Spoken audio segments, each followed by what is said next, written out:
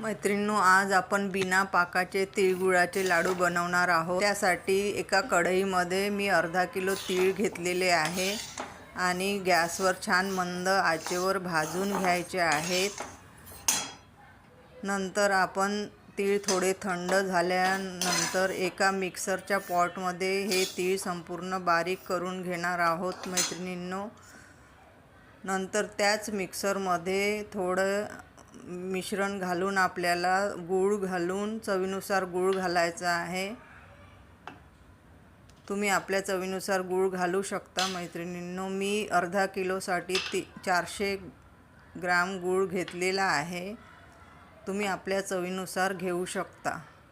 नंतर ते संपूर्ण मिश्रण आपल्याला मिक्सरमध्ये बारीक करून घ्यायचं आहे। हे बघा मैत्रिणींनो, किती छान गोळा तयार झालेला आहे, किती छान कलर आलेला आहे, तुम्ही बघू शकता।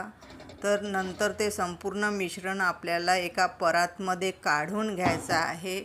परातमध्ये काढल्यानंतर संपूर्ण मिक्स करायचं आहे आणि नंतर शेवट त्यामध्ये आपल्याला 2 चम्मच तूप घालायचं आहे। तूप घातल्याने मैत्रिणींनो लाडू खूप सुंदर सॉफ्ट आणि टेस्टी लागतात। तुम्ही पण करून बघा।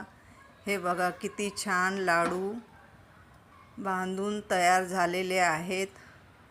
खूप लवकर तयार होतात मैत्रिणींनो। पाकाच्या लाडूचा आपल्याला कधी कडक होतो तर कधी सॉफ्ट होतो, म्हणून हे लाडू तुम्ही एकदा नक्की जरूर ट्राय करून बघा।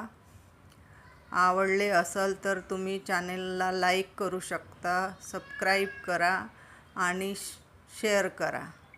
सर्वांना मकर संक्रांतीच्या खूप खूप शुभेच्छा। धन्यवाद।